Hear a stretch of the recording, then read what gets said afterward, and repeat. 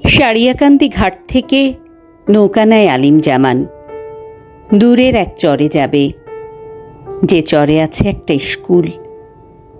ছেলেমেয়েরা চটের বস্তায় বসে পাঠ শোনে। সন্ধি বিচ্ছেদ করো, বিদ্যা যোগ আলয়, বিদ্যালয়। একদিন গুরুমশায় চলে যায়। ওরা অপেক্ষায় থাকে, শিখবে ভাগের অঙ্ক। আসে না গুরুমশাই। আলিম জামানের পছন্দ হয় চরটি।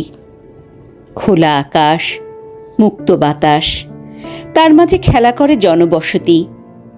আলিম জামান ভাবে, কি ক্ষতি বাকি জীবন এই মাটিতে কাটিয়ে দিলে। ছেলেমেয়েরা চটের বস্তায় বসে ক্লাস করে, পাঠ শোনে।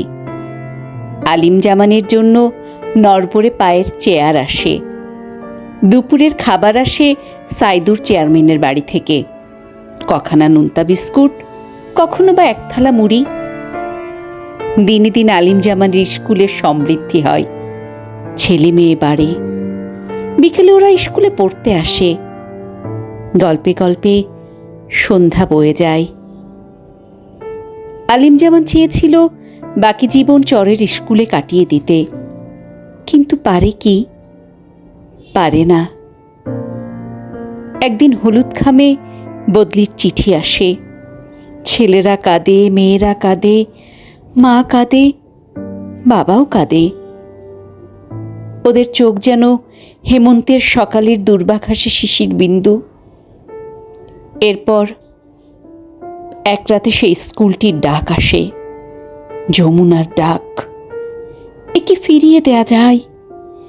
এক অমোঘ ডাক। তারপর একদিন আলিম জামানের খোঁজও আর মেলে না। সে এখন কোথায় আছে কেউ জানে কি?